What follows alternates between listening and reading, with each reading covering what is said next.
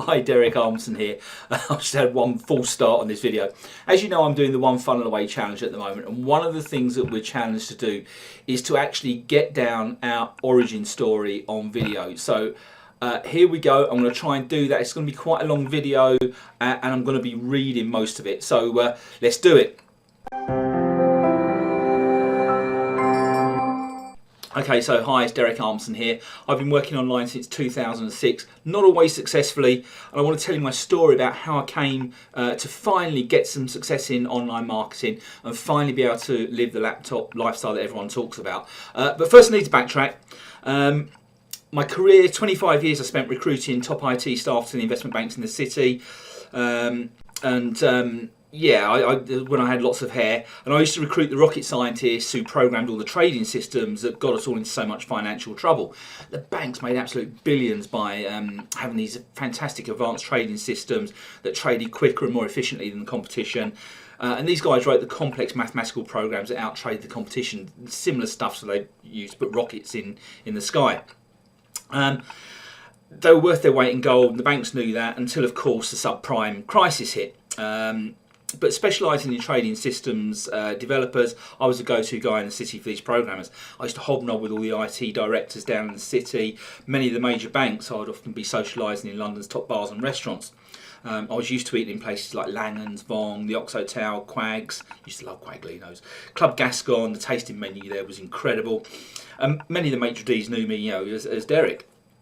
I'd even been to stay with one of the top guys at Credit Suisse, his pad down in the Florida Keys, which was absolutely stunning. We spent days in the exec box at Lord's, watching cricket, quaffing the champagne. I was even one of the prawn sandwich brigade at Old Trafford that Roy Keane hated so much. But I guess even in those days when I was in recruitment, it did teach me the benefits of getting deep into a niche and becoming a specialist. So you know, it made me a lot of money back in those days. And I was totally immersed in what I was doing, to the exclusion of everything and everyone else. I was, you know, true Gordon Gekko, totally money focused. I loved the sharp suits, the cufflinks, the bright silk ties, though I did stop short of the red braces that everyone used to wear in the city in those days. It was hard, but it paid bloody well. And I saw myself staying in the game for my entire career. You know, I never wanted for anything. I was secure. I got started in recruitment back in the 80s as a way out of a failed corporate career. I was pretty much down and out after 10 years working for the big blue chip companies who paid you virtually nothing and deliberately tried to keep you down. They used to have a saying in the oil company I worked for that you got promoted to your level of incompetence. And as far as they were concerned, I was already above my level of incompetence. But regardless, you're always kept as a wage slave, too much month at the end of the money. And that still pertains today. But anyway, when I was about 26, 27, I got hold of a copy of The Lazy Man's Way to Riches by Joe Carbo. And I started reading all this positive mental attitude stuff and thought I was bulletproof. So I decided to start my own business. No rhyme or reason, selling some pictures. I'd seen what was possible the other side and I was going to go out there and tear it up. Anyway, the picture business sounded like a good idea at the time. No logical basis for it. Completely flawed decision. I had absolutely zero idea what I was doing. No business acumen. I learned a really hard life lesson very, very quickly because within 6 months I was broke, heavily in debt and had my house repossessed. Big bad world out there if you get it wrong. However, I wasn't going to give up, kept reading all the positive mental attitude stuff, and that got me a job in advertising sales, and I was full of young, up and at 'em, gung-ho, go-get-'em attitude, and I was going to win no matter what. Didn't care, I had no money and no house, new baby at the time. It did start to go well, I started to claw myself back, but I really didn't like the atmosphere in advertising sales. It wasn't really me, even though it was paying the bills and I was earning a bit of money. So I decided to look around for something different, and I found recruitment. And again, with no logical reason as to why. I just heard you could earn a lot of money in recruitment, and that was my sole motivation, money and lots of it. My first job was actually working for James Kahn at Alexander Mann, the Dragon's Den guy. Fledgling business for him back then. I was one of the first 12 people working for him. Great training system, and I was a good learner. I learned really, really well, and after just 3 months working for James, ripping it up for him, I was offered a job with one of the city IT agencies, doubling my salary, and of course I took it. And it was interesting because James called me into his office and said, "You'll never succeed in IT contracts." And I, again, full of bravado at that time, said, yeah, don't worry about it, James, I'll be fine. And that was all the motivation I needed, really. James Kahn telling me I won't succeed. And it took me great joy in sending in my P46 from my first year in the IT recruitment industry, showing him £106,000 in earnings. To be fair to him, he did send me a note back saying congratulations, and when I bumped into him about 6 months later, he did give me a bottle of champagne. So hey, but the blue chip sales techniques I'd learned, coupled with the stuff in advertising sales, made a perfect storm for recruitment. I became a sponge. I learned everything I could about recruitment sales in my market. Worked for a couple of agencies. One was really wild. On a Friday afternoon, if you hadn't hit your target, you actually had to stand on your chair in the office in front of the whole company and justify why they should keep you on for the next week, why you shouldn't be sacked there and then. I mean, absolutely crazy stuff. I mean, I'm all for targets, goals, and but management by fear. I mean, it's just not something you need in your life. You don't need that fear of having your job ripped away from you on a Friday afternoon. Do you really want to have your life ruled by fear? Anyway, things were going really, really well. I got headhunted by one of the top city agencies, and I achieved takeoff in a big way. I was recruited as the MD of their IT division. At the time, I was a rising star in city IT recruitment. My train at that time was completely unstoppable. They negotiated hard, but they put a dream in front of me. Our motto was fire, ready, aim, so our version of Nike's just do it. And after a bit of a shaky start, I was really tearing it up. Within 17 months of starting up, we were billing nearly £10 million, and I was taking home £200,000 a year. I had it all. I had the big house, the shiny kids, an Audi Quattro 2.8 injection with cream leather interior and a Bose stereo. Exotic holidays, the whole lot. I took the Quattro out for a spin one night on the M40, see how fast it would go. I bottled at 140 and there was a lot more in it. But I was living the dream. My kids were loving it, but only when they saw me. And why would I want to change all that? Because from the outside, I was the absolute epitome of success. The truth was, though, I was working myself into the ground. As I said, the kids hardly saw me. Holidays were about the only time we really got quality time together, and then I'd often end up on the phone for 2 or 3 hours a day. And although I hadn't realised it at the time, I was absolutely burning out. I split from my wife. She never saw me. Hardly surprising. I was living away from the children. For the first time in my life, I was staring at a crisis. Everything had just been, flow up until that time, or at least I thought it had. But when I look back at it now, I really know that's not the case. One day, I completely hit the buffers. I was going into London for a meeting, collapsed on the station. Next thing I know, woke up in hospital on the heavy station, almost worked myself into the ground. Totally and utterly exhausted. But this is what the job can do to you. They expect every ounce that you can give, but they'll just get rid of you as soon as look at you if things go wrong. 3 months later, I tried to go back, but you know what? The client's trust had gone. It had been broken. Other agencies had stepped into my place, and I just wasn't the flavour of the month in the city anymore. And after all that business, I was really just cast aside like an oily rag. But that's the city for you. That's the banking business for you. Tried to put things back together, sporadic success. In terms of recruitment, I was absolutely broken, although I didn't realise it at the time. I sold my shares in the business, went to Australia for 3 months, had some proper R&I. It was winter here, so I put my feet up in the sun, had a few beers. When I got back to the UK in 2000, I started looking at other business models. Hey, this internet marketing thing looks interesting. Build an online business, get residual income for the rest of your life. Hey, this is what I want. Laptop lifestyle, sounded great. I'd have residual income, lots of time with my children, and that was my main focus now, to catch up on some of that time that I missed with my kids. Except that's not what I did. No, not me. I learned how to build websites, and in those days, with the very primitive tools available, that was just like a stupid thing to do because it was very difficult. Don't ask me why I did it. Maybe it was just this inbuilt thing in me that I've got to have a proper business. That seems really stupid to me now, but what I ended up with was absolutely horrible. I had a demanding client base of small clients who wanted something for nothing, paid me very little money, and I created a full-time job earning about 10-15% of what I was getting in the city. And this is where the truly flawed thinking comes into the fray. I thought, this isn't working, what shall I do? And I'd just been chatting to one of my recruitment buddies on the phone, and I thought, I'll start another recruitment agency. how stupid, totally didn't stop to think. I hired 3 staff, bought the most expensive systems, got some office, and lo and behold, I was back on the treadmill. But this time it was a bit different. I was used to doing temporaries, or contracts as we used to call them. There wasn't much of that sort of business around at that particular time in early 2001. So we started to look at doing permanent hires. And of course the lead time is much longer on permanent hires. It took much longer to build. But by the September in 2001, we had a business board that had about £500,000 worth of business in process, and finally it was looking good. Sitting there on the morning of the 11th of September, and one of my colleagues was chatting to Cantor Fitzgerald on the telephone, and the line manager was talking. She said, "I've got to go. There's a fire on the trading floor in New York." We thought, that's a bit strange. And the TV room was just behind our office, and next thing we heard was screams coming from the TV room. So we ran round just in time to see the second plane hit the World Trade Center. And like most people, we could not comprehend what we were seeing. I also failed completely in that instance to realise what this meant for my fledgling business. Over the following 2 weeks, that whole business board, apart from £8,000 of it, just melted away. All of a sudden, I was in more shit than the early settlers.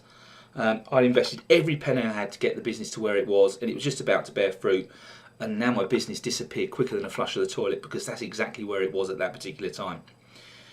Before I could blink, any money I had was gone. I'd taken on salaries, systems support, offices. But there was a glimmer of light. We'd talked to Cantor Fitzgerald again a couple of days after 9/11. Their whole company in the World Trade Center was wiped out. I think they lost 800 people in those dreadful attacks. So I lowered my trousers. We negotiated a deal to supply a team that Cantor Fitzgerald needed in London at a very good rate. We'd had the business on an exclusive basis. I got a fax from the director at Cantor Fitzgerald to say that we'd do this business. And my personal banker came in, showed him the facts. He said, "Okay, we'll give you an overdraft facility to get you through." I went home a relieved man on the Friday night after 9/11. On the Monday morning, I was greeted by an extremely agitated supplier who told me a cheque had bounced. Well, that couldn't be right, so I rang the bank, and I talked to a new personal manager who was very different. Apparently my personal manager had been relieved of his duties on the Friday afternoon, and we had someone very new and very different, and he told me that all my facilities had been withdrawn. I had 48 hours to pay the £10,000 overdraft that we had. Within a month, the debt had ballooned to £25,000 through charges and interest and charges, and it wasn't frozen until it had reached a £56,000 debt. There was no way I could pay it off. I had to wind the business up, make the guys redundant, one of the hardest days of my life, and I had to get a job, and I had to give all of that Cantor Fitzgerald business to my new employer, and I got a 15% commission. I was down and out, no money, lost my house, lost my wife, hardly saw my children, and had nowhere to go apart from back to my mum. So at 43, there I was on the scrap heap of life, having to go back and live with my mum. Recruitment business had taken me in, sucked me dry, spat me out. Mentally and physically shot. And I really didn't know where to go or what to do. But when I look back at it, it was an absolutely rubbish decision by me to go back into recruitment without any thought. I just went to do something that just totally didn't motivate me. So over the next 5 years, I did a number of recruitment contracts, reinvented myself as there was a lot of consolidation going on in the market, reinvented myself as someone who integrated contract books into new companies and did 3 or 4 contracts. But the bank was on my back, and we'd started to go to court, and we'd had a number of pre-trial hearings, and it looked like I was going to get done for the whole lot plus costs, which would have put me into bankruptcy. But then I had a stroke of luck. One of my old employees got in touch with me, and we got talking. I told him what was happening, and he actually gave me a sworn affidavit that the bank had offered the facilities and then withdrawn them, which had put us into meltdown. I then had a second stroke of luck. The judge who was erring with the bank, was being pretty heavy to me, got sick, and a new judge took over. And there was this sea change at the time where the banks were, people were realising what the banks had been doing to small businesses, and there was this sea change. And the new judge came in, and he said, "Well, actually, I think Mr. Armstrong's been very reasonable, and I suggest you take his offer if you don't want to be in the dock yourself." So I guess, you know, my dogged determination to keep fighting saved me a little bit. And I'd offered the bank 6,500, which after massaging the figures a little bit was what I said I totally owed them. Anyway, after a bit of to and fro, they accepted that. And the kicker was a few years later I got 8,500 back from them on a PPI claim. So hey ho, you know, what goes around comes around. But once the dust had settled, I realised I absolutely had it with recruitment that time. And I was going to do something different from now on. I didn't know what I was going to do, but I knew I had to get back up and fight.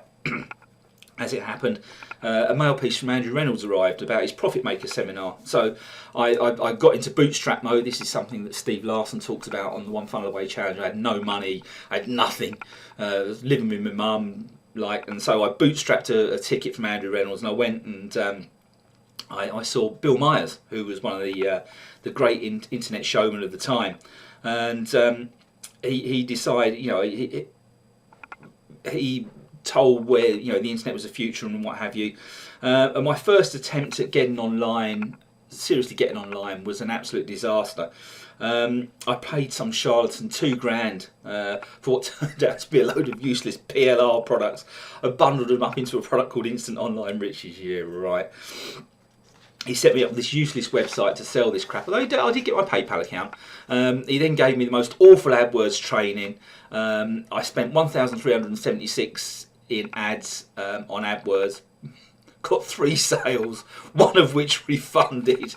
I mean, in all honesty, if I bought the crap I was peddling, I would have refunded too. And that was a world of internet marketing or online marketing I found at that time, full of bullshit. And there's still loads of that around. It's in bucket loads today. But it was yet another hard lesson to learn. So I bumbled around for 2 or 3 years, trying this, trying that, got relieved of what little money I had buying shiny objects, quick fix products that just didn't work. And I struggled to find a way through the smoke and mirrors. So, and I couldn't get my head around it. Why was this happening to me?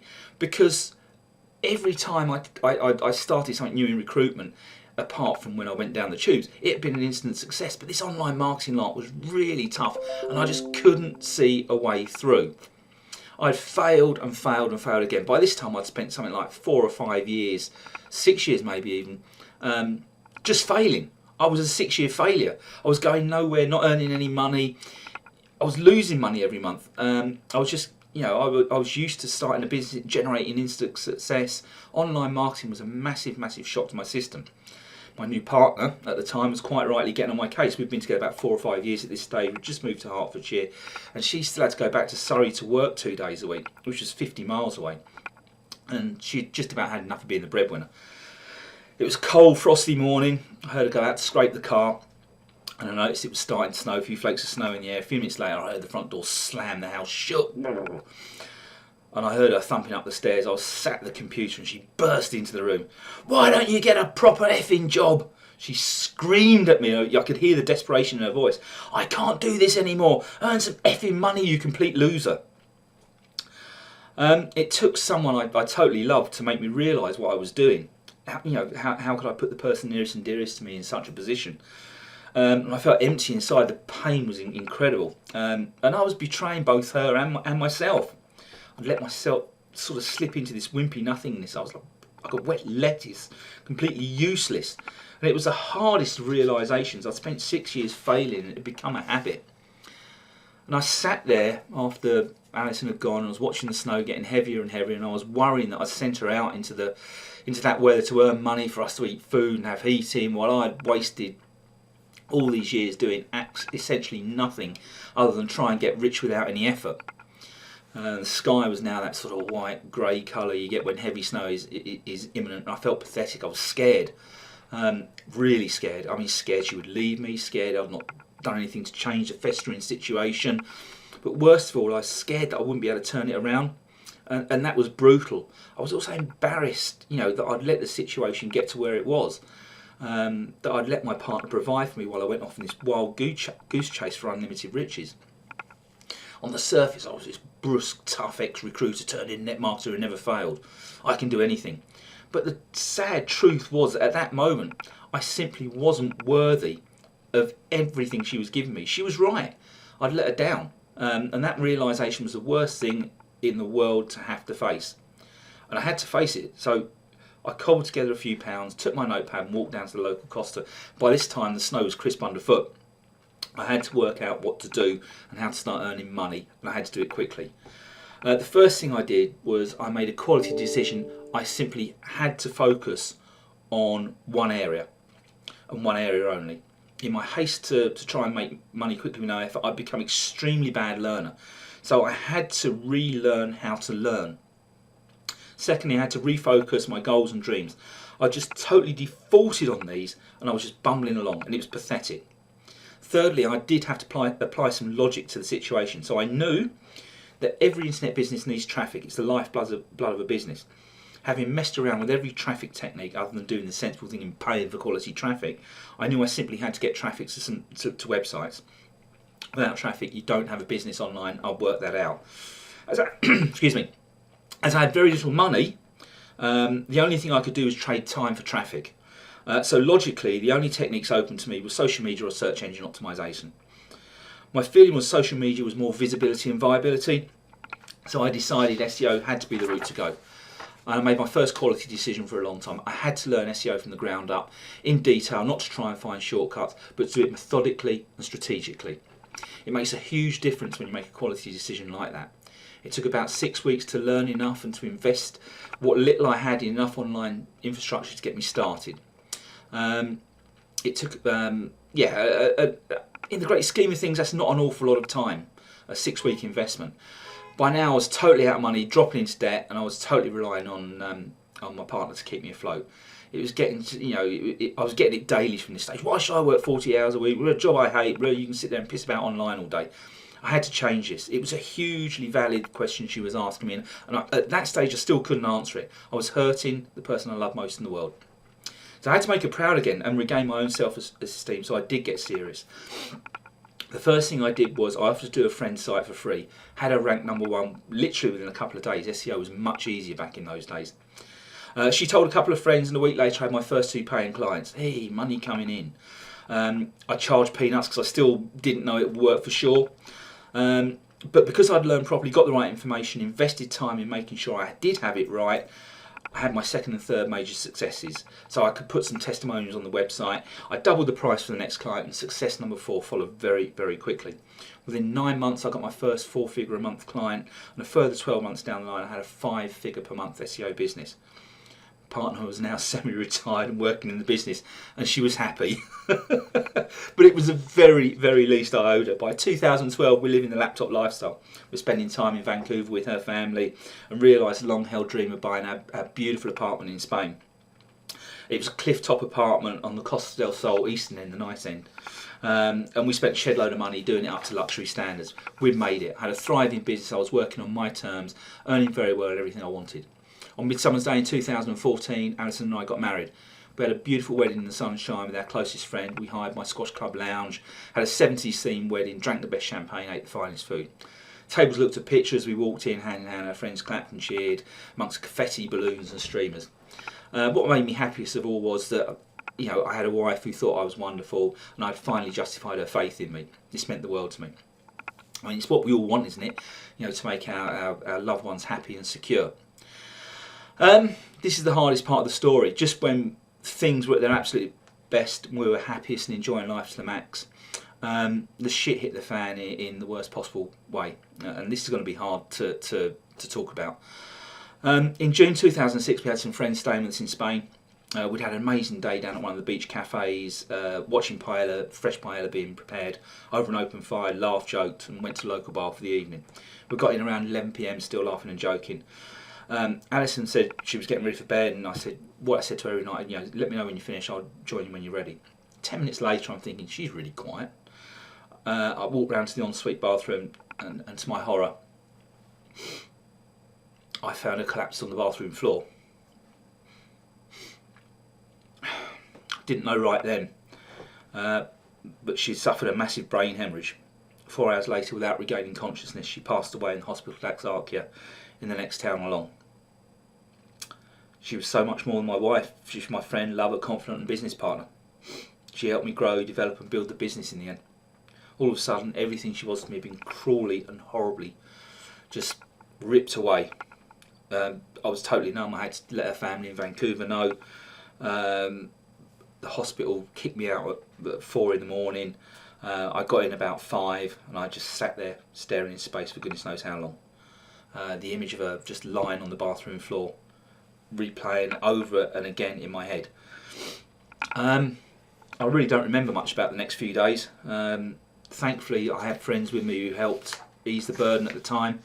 And the only thing I really remember is signing off Alison's organ donations and the doctor in the hospital giving me a big hug. Even in death, she was so giving. Her organs saved 5 people's lives in Andalusia. I'm sure you can imagine this was a massive blow. But I had a business to run, clients I couldn't let down. Also, I now had 2 people's work to do. So for 2 months, I buried myself in work. Well, not probably. I was in total denial. And if I'm honest, I really don't remember much about those couple of months. Then one day, without warning, everything just came pouring out of me. I was sitting here back in the UK at the desk. I'm sitting here now filming. I just stopped. I sat there staring at the wall blankly, and the emotions started to come out. First just a few tears, and then a deluge, and I just sat there and cried for hours. Then I got angry about it. Why had this happened to me? And I was banging on the desk repeatedly. The webcam fell off and pens went flying and stuff was going all over the place. It's like the room was possessed, as inanimate objects flew everywhere. Ran downstairs in a rage, and just I got into the kitchen, a mug fell off the mug tree, bounced across the counter and smashed on the floor. I clawed at the mug tree, got another mug and just threw it across the room with all my might. Smashed against the wall, leaving a big dent in the wall and shattering, deep shattering sound. Quickly followed by an empty bottle that was standing there on the side. This time, shattering sound. I don't know where the strength came from, but the glass blew back all over me. And I just, I had no idea what the neighbours thought, but I just stood there and that stopped me dead in my tracks and calm descended. And I surveyed the devastation in the kitchen, and the tears flowed again, and I just stood there shaking and crying uncontrollably. Don't know how long until I calmed down. It was starting to get dark, so I must have stood there for a good while, just staring at the wall. Finally I put the light on, walked to the cleaning cupboard under the stairs and got out the dustpan and brush and started to clear up. But there was obviously still a little bit left in me, and the next bit is really weird. By now I was actually really thirsty, my mouth was really dry, so I opened the fridge to get out a bottle of water, and don't ask me how this happened, but a bottle of my wife's favourite pink wine fell out of the fridge door. Next bit all seemed to happen in slow motion. I tried to catch it as it fell, and obviously I was juggling with the cold, wet, slippery bottle, and I couldn't quite grasp it, and it smashed onto the tiled floor. I felt the anger rising again, and all I could, slowly this time, like a volcano ready to erupt.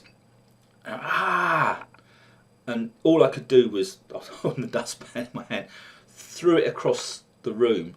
It hit the same wall that the bottle and the cup had hit, smashed into pieces, but the handle came flying back to me, and I was still like that, and it went bang, and just stuck in my hand.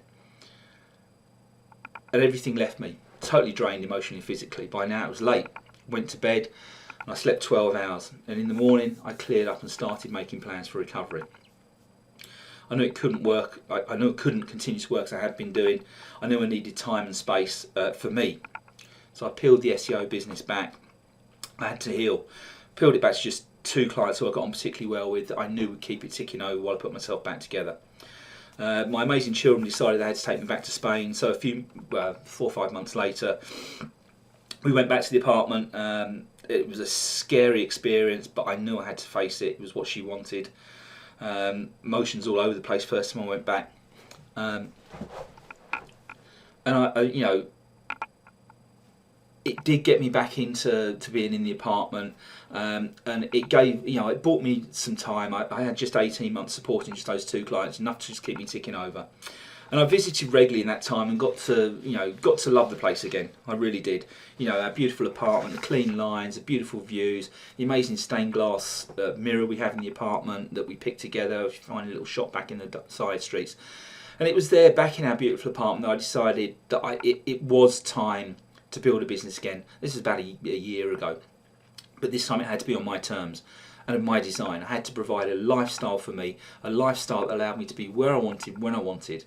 And it had to enable me to do that in a certain style. Finally, this is a kicker.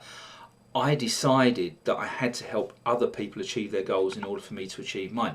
In the past, I've always been focused on either myself or my immediate family, and there's nothing wrong with that, absolutely nothing wrong with that. And I think you have to be secure in yourself before you can help others. However, they say you only truly find yourself and true wealth when you can help other people achieve their goals as well. I think it was Zig Ziglar who said, "You'll get all you want in life if you help enough other people get what they want." So it was in that moment that I came to realise, sitting on the terrace of the apartment on a Thursday afternoon, beautiful glass of red wine, and I was sitting there watching some children play in the pool, hearing their innocent laughter, splashing around in the cooling water, looking out of the blue Mediterranean Sea, the crystal clear blue sky above me, beautiful warm late September Spanish sunny afternoon. And I was sitting there thinking about where life had taken me, and I knew deep down in my heart of hearts I simply had to help other people get out of that job prison, because that just held me back for so long. To help other recruiters and salespeople escape from that target-driven hell of the sales environment, to help people start online businesses using the skills that they have, and to reduce the stress in their lives for both them and their loved ones. I knew from experience that the corporate world is just, it's no life. The boss doesn't care if you keel over from work. It happened to me.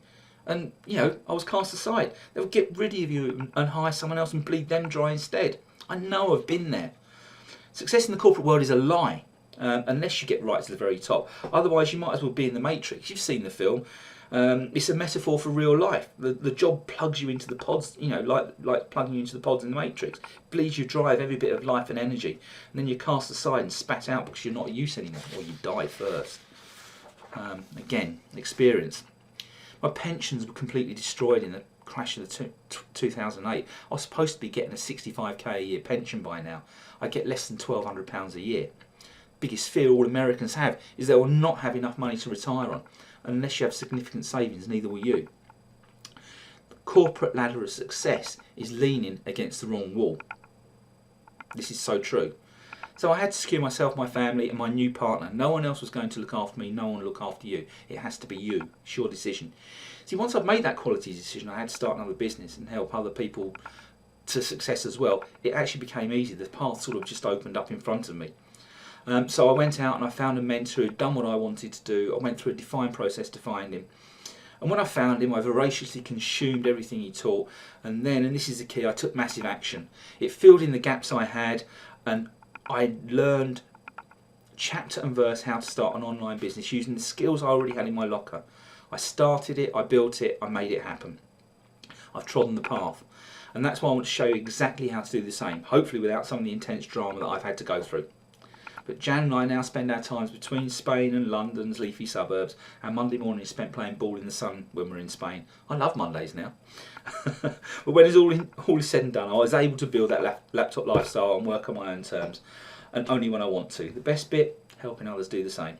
I've seen the top and I've seen the bottom of the bottom. So, it's time for you to let me lead you out of job prison to the new stress-free laptop lifestyle. Hey, my story complete.